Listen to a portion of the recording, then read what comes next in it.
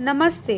मैं Asian international school की हिंदी शिक्षिका सीमा साव बोल रही हूँ।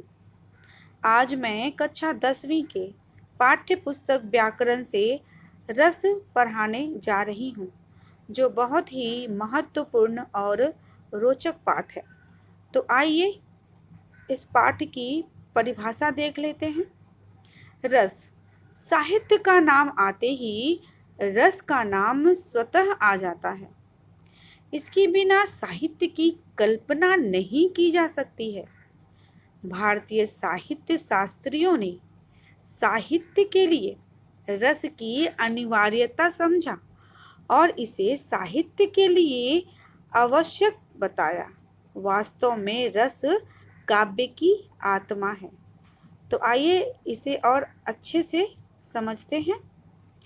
किसी साहित्य को पढ़कर जब व्यक्ति कविता के भावों से तादात्म्य स्थापित कर लेता है, तब इस प्रक्रिया में उसके मन के अस्थाई भाव रस में परिणित हो जाते हैं।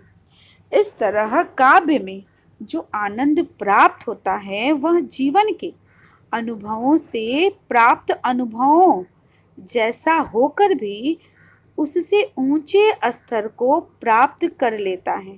यह आनंद व्यक्तिगत संकीर्णता से अलग होता है। आइए अब हम रस के अंग के बारे में ध्यान से समझते हैं। रस के 4 अंग हैं। पहला, स्थायी भाव। यह भाव आश्रय के हृदय में स्थायी रूप से वर्तमान रहता है। इसकी संख्या है 10। दूसरा है विभाव। अस्थाई भाव का जो कारक होता है उसे ही विभाव कहते हैं। इसके 2 भेद हैं, आलंबन और उद्दीपन। तीसरा है अनुभाव। आश्रय में रस उत्पन्न होने की दशा में जो शारीरिक, मानसिक, वाचिक चेष्टाओं में परिवर्तन होता है अनुभाव कहलाता है। चौथा है संचारी भाव। थोड़े समय के लिए उत्पन्न होने वाले भाव संचारी भाव कहलाते हैं। इसकी संख्या 33 है, जो मानव मन में बहुत कम समय के लिए आते हैं भाव। तो अब हम इन सभी को विस्तार पूर्वक समझेंगे। अस्थाई भाव। सहृदय के हृदय में जो भाव अस्थाई रूप से विद्यमान रहते हैं उन्हें अस्थाई भाव कहते हैं। जैसे किसी बेबस एवं वृद्ध को प्रताड़ित होते देखते हैं तो हमारे मन में करुणा का जन्म होता है। करुणा एक अस्थाई भाव है और इनकी संख्या 10 है। इसके बाद हम पढ़ेंगे विभाव। तो आइए अब विभाव समझ लें। स्थायी भाव का जो कारक होता है उसे विभाव कहा जाता है। दूसरे शब्दों में ऐसे कारक जिससे अस्थाई भाव उत्पन्न होते हैं विभाव कहलाते हैं। इसके 2 भेद होते हैं, आलंबन और उद्दीपन। तो आलंबन क्या है? जिसके प्रति अस्थाई भाव उत्पन्न हो, और इसके भी 2 अंग हैं, आश्रय और विषय। जिसके मन में भाव जगे, अर्थात जो व्यक्ति के मन में भाव जगे वही आश्रय है, और जिसके प्रति या जिसके कारण भाव जगे वह विषय कहलाता है। जैसे कृष्ण के मन में राधा के प्रति भाव जगा तो यहाँ पे कृष्ण आश्रय हो गए और राधा हो गई विषय। इसी तरह उद्दीपन देख लें। भावों को बढ़ाने या उद्दीप्त करने वाले तत्व। जो भाव आप में आ गए हैं किसी कारण और वो बढ़ रहे हैं, उद्दीप्त हो रहे हैं, अर्थात जिन वस्तुओं या परिस्थितियों को देखकर अस्थाई भाव उद्दीप्त होने लगते हैं, जागने लगते हैं, उसे ही उद्दीपन विभाव कहते हैं। जैसे सुगंधित वायु, एकांत, सुंदर उद्यान आदि। इन सब को देखकर हमारे मन में अंदर में छिपी जो अस्थाई भाव वो उद्दीप्त होने लगती है। इसी को उद्दीपन कहते हैं। तो आगे हम पढ़ेंगे संचारी भाव के पहले अनुभाव। तो अनुभाव को देख लें। आश्रय की ब्राह्म शारीरिक चेष्टाओं को अनुभाव कहते हैं, अर्थात मन के भावों को व्यक्त करने वाला शारीरिक विकार। जो आपके मन में भाव आ रहे हैं लेकिन बाहरी रूप से हम उसे प्रकट कर पा रहे हैं, हमारा शरीर गवाही दे रहा हो, उसे ही हम अनुभाव कहते हैं। जैसे इनकी संख्या 8 है। देखिए जैसे रोमांच, किसी घटना को देखकर हमें रोमांच होती है, खुशी होती है, अनुभाव है। पसीना उठता है, डर डर कुछ देखकर या सुनकर। तो इसकी संख्या देख लें, श्वेत, स्वैरभंग, स्तंभ, कंपन होना, विवरता होना, रंगहीन होना, आंसू निकलना, प्रलय या संज्ञाहीनता या निश्चेष्टा, ये सब अनुभाव की स्थिति में है। फिर चौथा है संचारी भाव। आश्रय के चित्त में उत्पन्न होने वाले अस्थाई भाव, अस्थाई मनोभावों को संचारी भाव कहते हैं, जो अस्थायी रूप से हमारे अंदर है। इसकी कुल संख्या 33 है, जैसे शंका, चित्त, आलस्य, स्मृति, निर्वेद इत्यादि। तो आइए अब हम रस के अंग के बाद रस के भेद या कहें कि रस के प्रकार के बारे में विस्तार पूर्वक समझते हैं। तो रस के मुख्यतः 9 भेद होते हैं। बाद के आचार्यों ने 2 और भावों को अस्थाई भाव की मान्यता देकर रसों की संख्या 11 बताई है। ये रस निम्नलिखित हैं। तो पहले 9 रस देख लें। 9 रस में पहला रस है श्रृंगार रस, फिर रौद्र रस दूसरा, तीसरा भयानक रस, चौथा हास्य रस, पांचवा शांत रस, छठवां विभस्त रस, सातवां वीर रस, आठवां करुण रस और 9वां अद्भुत रस। तो ये रहे 9 रस। लेकिन 10वां है वात्सल्य रस, जिसको आचार्यों ने जोड़ा, और 11वां है भक्ति रस। तो कुल मिलाकर 11 रस के बारे में हम लोग पढ़ेंगे। तो आइए अब हम रस के पहले रस श्रृंगार रस के बारे में समझते हैं कि वो है क्या। श्रृंगार रस। श्रृंगार रस का आधार स्त्री पुरुष का सहज आकर्षण है। स्त्री पुरुष में सहज रूप से विद्यमान रति अर्थात प्रेम नामक स्थायी भाव, विभाव, अनुभाव और संचारी भाव के संयोग से, जो हम पहले पढ़ चुके थे, से जो आनंद लेने का योग्य होता है, तब इसे श्रृंगार रस कहते हैं। यह भी 2 प्रकार के हैं। संयोग रस अर्थात जब नायक नायिका मिलते हैं तो श्रृंगार रस होता है, और वियोग रस जब वो बिछुड़ते हैं तो इसके समझ लेने। काव्य में या अन्यत्र जब नायक नायिका ने के मिलन का वर्णन होता है, तब वहाँ संयोग श्रृंगार रस होता है। उदाहरण देख लें। वर्षा ऋतु में रात्रि के समय बिजली चमक रही है, बादल बरस रहे हैं और दादुर मोर की आवाज़ सुनाई देती है। पद्मावती जो नायिका है अपनी प्रियतम के संग जागती हुई वर्षा का आनंद ले रही हैं और बादलों की गर्जना सुनकर चौंक कर प्रियतम के सीने से लग जाती है। तो संयोग रस का वर्णन नीचे दिया हुआ है। इसी का दोहा है जिन्हें मलिक मोहम्मद जैसी ने लिखा है, उसे पढ़ते हैं। तो है पद्मावती चाहत ऋतु पाई, गगन सुहावन भूमि सुहाई, चमक बीजू बरसे जग सोना, दादुर मोर शब्द सुठिलौना, रंग राति प्रियतम संग जागी, गरजे गगन चौकी उड़ लागी, शीतल बूंद ऊंच चौपारा, हरियर सब देखा ही संसारा। तो ये दोहा संयोग रस का है। इसमें कौन कौन से भाव हैं देख लें। तो यहाँ है अस्थाई भाव, रति अर्थात प्रेम है। रानी पद्मावती आश्रय है, वहां से उत्पन्न हुआ, तथा आलंबन क्या है, उसका प्रियतम है। आश्रय आलंबन हमने इसको समझाया था पहले, तो उसी को ध्यान में रख के समझना होगा। बिजली चमकना, दादुर मोर का बोलना, बादलों का गरजना उद्दीपन है। विभाव तथा चौंक कर सीने से लग जाना, डरना संचारी भाव है। फिर दूसरा है वियोग श्रृंगार रस। प्रिय से बिछड़कर वियोग अवस्था में दिन बिता रहे नायक नायिका की वर्णन ही किया गया है, जो इस प्रकार है। मनमोहन तय बिछुरी जब सौ, तन आसुन सौ सदा धोवती है, हरिश्चंद्र जू प्रेम के फंस परी, कुल की कुल लाज ही खोवती है, दुख के दिन को भांति बीते, बिरहा गम रंग संजोवती है। हम ही अपनी दशा जाने राख सखी, निसी शोभती है कि धौ रोबती है। भारतेंदु हरिश्चंद्र ये वियोग रस का उदाहरण है। तो यहाँ अस्थाई भाव है रति प्रेम, विरहिणी नायिका आश्रय है तथा उसका प्रियतम मनमोहक आलंबन है।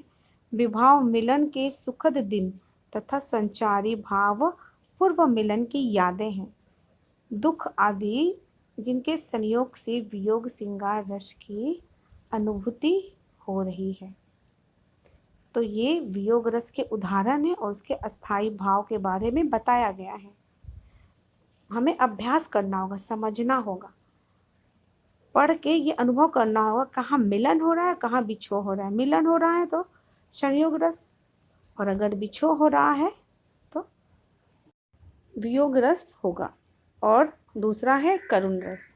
तो आइए अब हम करुण रस के बारे में समझते हैं। करुण रस प्रियजन की पीड़ा, मृत्यु, वांछित वस्तु का न मिलना, अनिष्ट होना आदि से शोक भाव परिपुष्ट होता है, तब वहाँ करुण रस होता है। अर्थात ऐसी स्थिति परिस्थिति जिसको देखकर हमारे मन में करुणा उत्पन्न हो, करुण का भाव जागे, तो करुण रस कहलाता है। उदाहरण देख ले दोहे में। दुलारों में नित पाली हुई प्रेम की प्रतिभा वह प्यारी, खिलौना इस घर की वह हाय, वही थी सरला सुकुमारी। अरे कोई यह दीन पुकार, कहीं यदि सुनता हो कोई, मुझे दिखला दे मेरा प्राण, जगा दे फिर किस्मत सोई। इसके अब हम अस्थाई भाव और संचारी भाव ये सब देख लेते हैं। आलंबन, यहाँ अस्थाई भाव शोक है, आश्रय है जिसके हृदय का भाव जागृत हो। आलंबन है मृत प्रियजन और नाश को प्राप्त ऐश्वर्य। उद्दीपन है प्रिय केशव दर्शन, चिता जलाना उससे संबंधित वस्तुओं एवं अन्य रोते हुए बांधवों का दर्शन। अत्याचार आदि अनुभाव है विलाप, रोदन, भाग्य की निंदा, प्रलाप आदि। संचारी भाव है मोह, ग्लानि, चिंता, विषाद आदि। अगला है तीसरा वीर रस। तो अब हम वीर रस को भी समझ लें। वीर रस नाम से ही प्रकट होता है वीरता, अर्थात ऐसी स्थिति परिस्थिति जिसे देखकर हमारे मन में एक वीर का भाव उत्पन्न हो, वीर रस कहलाता है। आइए समझ लेते हैं। तो युद्ध में वीरों की वीरता के वर्णन में वीर रस परिपुष्ट होता है जब हृदय में उत्साह नामक अस्थाई भाव का विभाव, अनुभाव और संचारी भाव से संयोग होता है, तब वीर रस की उत्पत्ति होती है। तो ऐसी स्थिति का उदाहरण यहाँ पे दिया है। स्थिति देख लें क्या है। अर्जुन की दूसरे मोर्चे पर युद्धरत होने और कौरवों द्वारा चक्रव्यूह की रचना से चिंतित युधिष्ठिर जब अभिमन्यु को अपनी चिंता बताते हैं, तो अभिमन्यु उनसे कहता है, अभिमन्यु क्या कहता है दोहे में देख ले। हे सारथे, हे द्रोण, क्या देवेंद्र भी आकर अड़े, हे खेल क्षत्रिय बालकों का बिहु भेदन कर लड़े। मैं सत्य कहता हूँ सखे, सुख पार मत जानो मुझे, यमराज से भी युद्ध में प्रस्तुत सदा मानो मुझे। तो यहाँ आश्रय क्या है, अभिमन्यु। आलंबन है कौरव पक्ष के वीर और उनके द्वारा रचित चक्रव्यूह। उनकी ललकार सुनकर भुजाएं फड़कना, वचन देना, उत्साहित होना, विभाव तथा रण क्षेत्र में जाने को तत्पर होना, रोमांच, उत्सुकता, उग्रता संचारी भाव है तथा वीर रस की निष्पत्ति हुई है। तो इस तरह से करुण रस और वीर रस को हम समझे। तो आप इन्हें अभ्यास कीजिएगा तो भली भांति समझ में आएगा अवश्य ही। अब चौथा है विभस्त रस। तो आइए हम विभस्त रस को भी समझते हैं। तो विभस्त रस का अस्थाई भाव है जुगुप्सा। यह अत्यंत गंदे और घृणित दृश्य विभस्त रस की उत्पत्ति करते हैं। गंदी और घृणित वस्तुओं के वर्णन से जब घृणा भाव पुष्ट होता है, तब यह रस उत्पन्न होता है। अर्थात ऐसी स्थिति परिस्थिति जिसे देखकर हमारे मन में एक घृणा का भाव उत्पन्न हो, उसी को कहते हैं विभस्त रस। तो भाव किस तरह से उत्पन्न होते हैं, एक उदाहरण के रूप में यहाँ दिखा रहे हैं कवि। लिख रहे हैं क्या? हाथों में घाव थे चार, थी उनमें मवाद भरमार। मक्खी उन पर भिनक रही थी, कुछ पाने को टूट पड़ी थी। उसी हाथ से कौर उठाता, घृणा से मेरा मन भर जाता। तो ये पढ़ के दोहा ही ऐसा लग रहा है कि कुछ घृणित जगह है ना, घाव में मवाद भरना, मक्खियां लगना, उसी हाथ से खाना।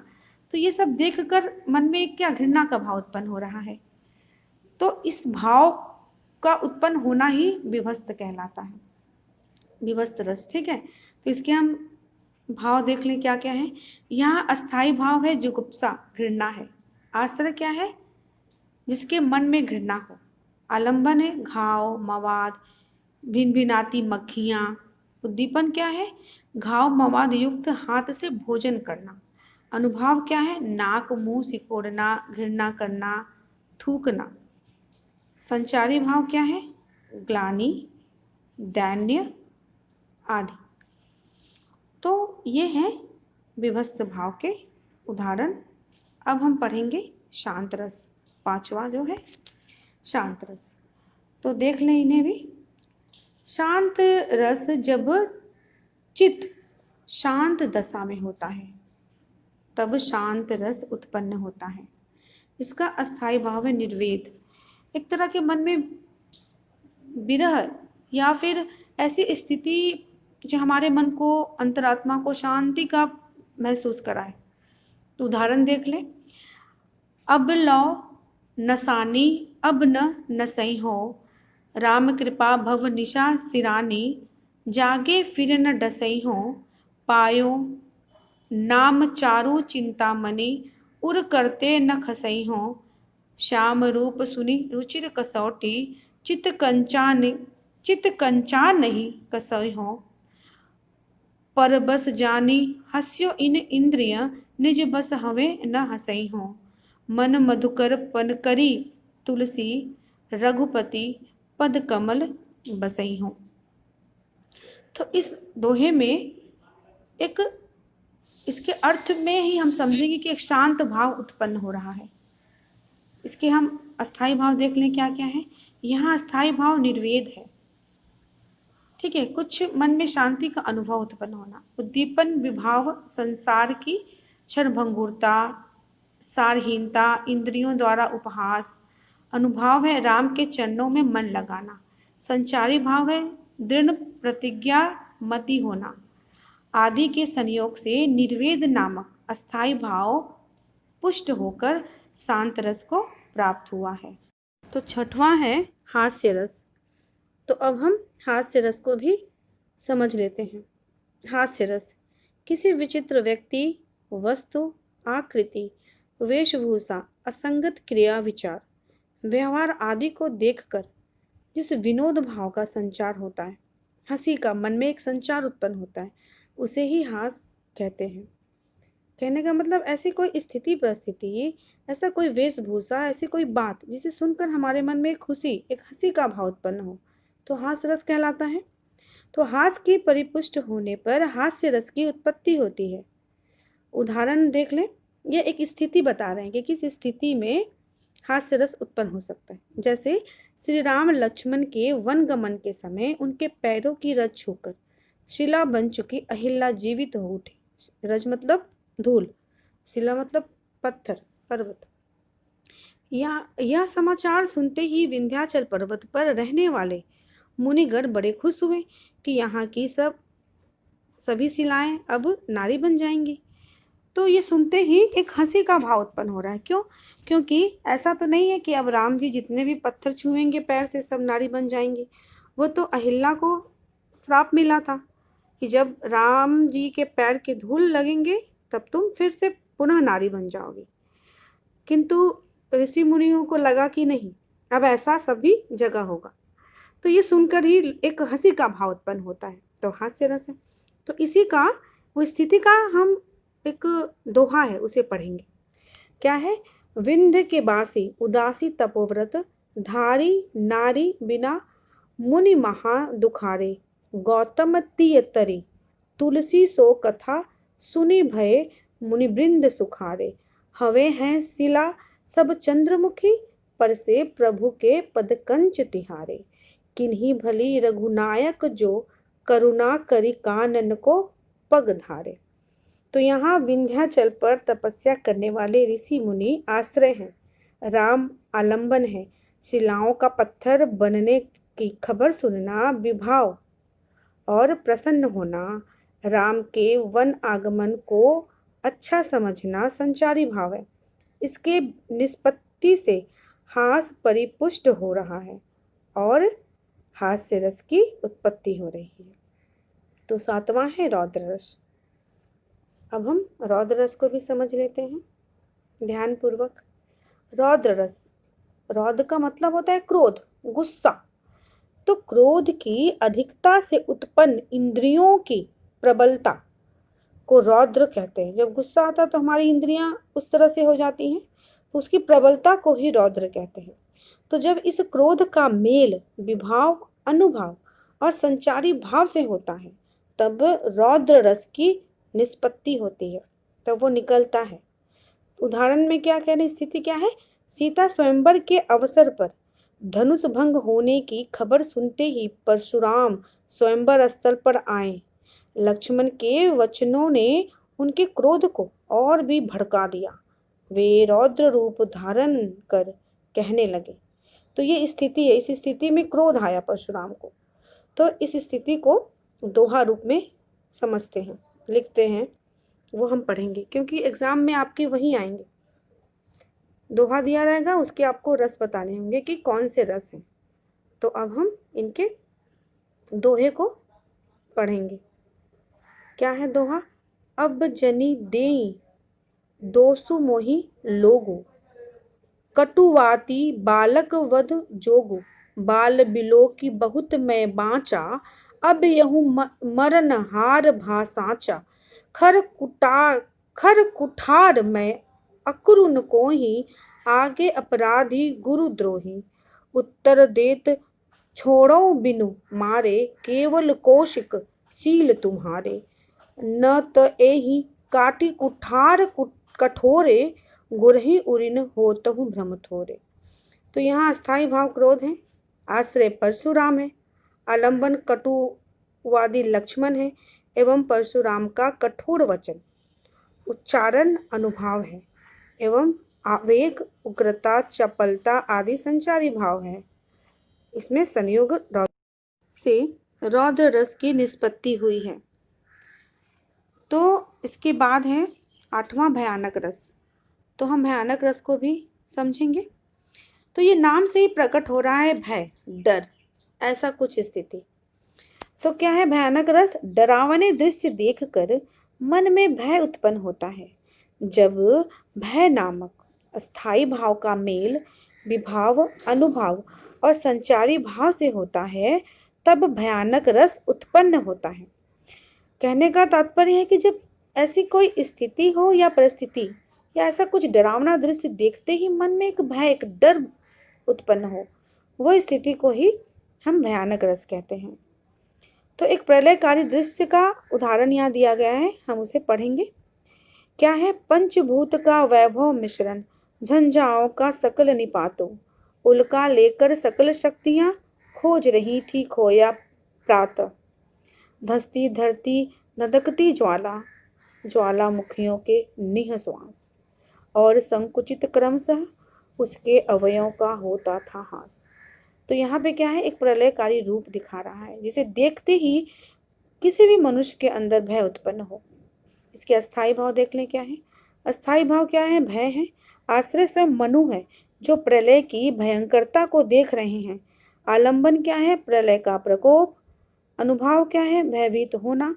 और उद्दीपन धधकती ज्वालाएं, धरा का धंसते जाना, ज्वालामुखी में सब कुछ नष्ट हो जाना। संचारी भाव क्या है?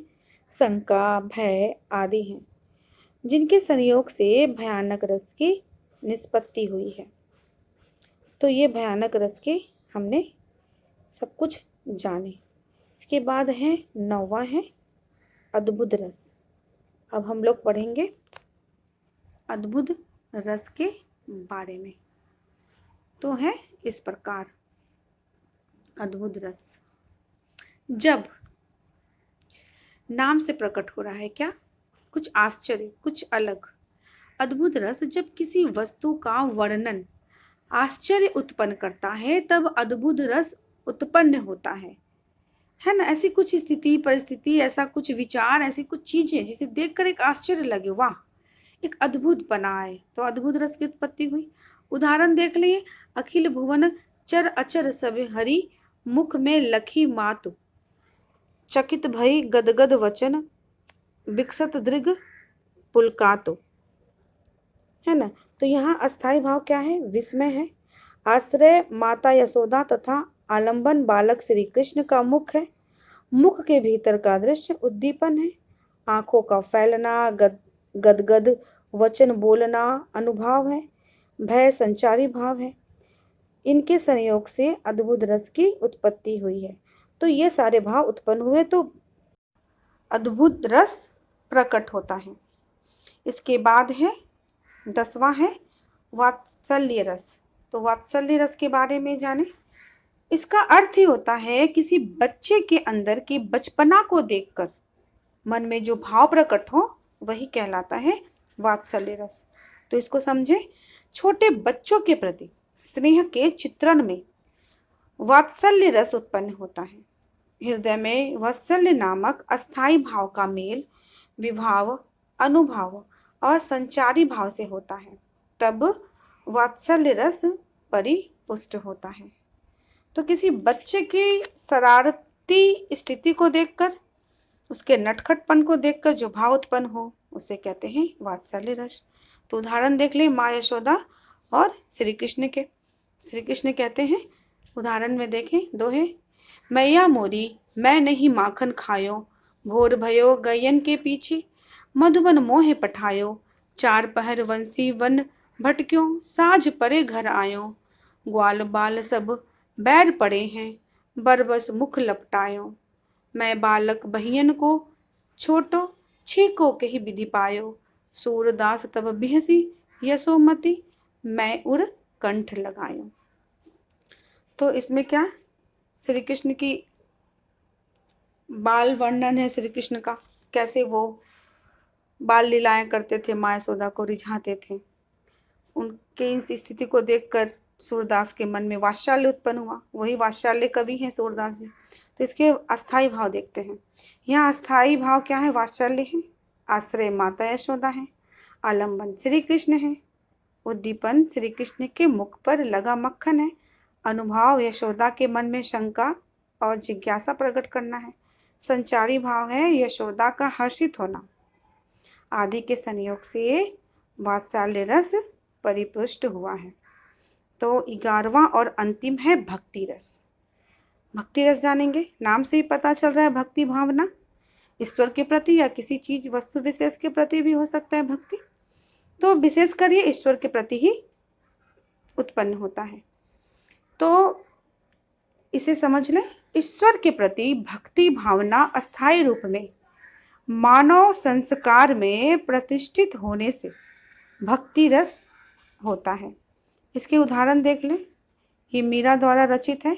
श्री कृष्ण के प्रेम में भक्ति में लिखती हैं, वो क्या लिखती हैं, मेरे तो गिरधर गोपाल दूसरो न कोई, जाके सिर मोर मुकुट मेरो पति सोई, साधुन संग बैठी बैठी लोग लाज खोई, अब तो बात फैल गई जाने सब कोई।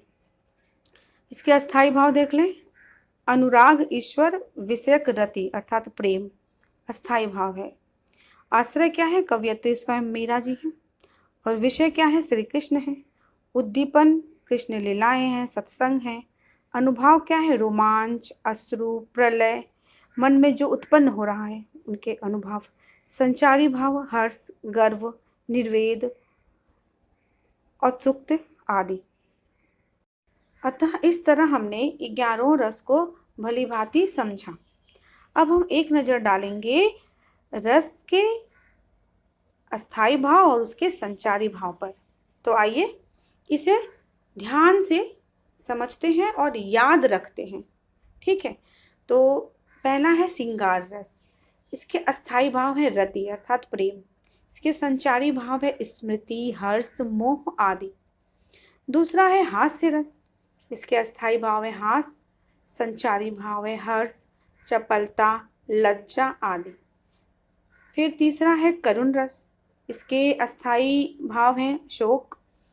इसके संचारी भाव है ग्लानि, शंका, चिंता आदि। चौथा है रौद्र रस, जिसके अस्थाई भाव हैं क्रोध और इसके संचारी भाव हैं उग्रता, क्रोध आदि। फिर पांचवा है वीर रस।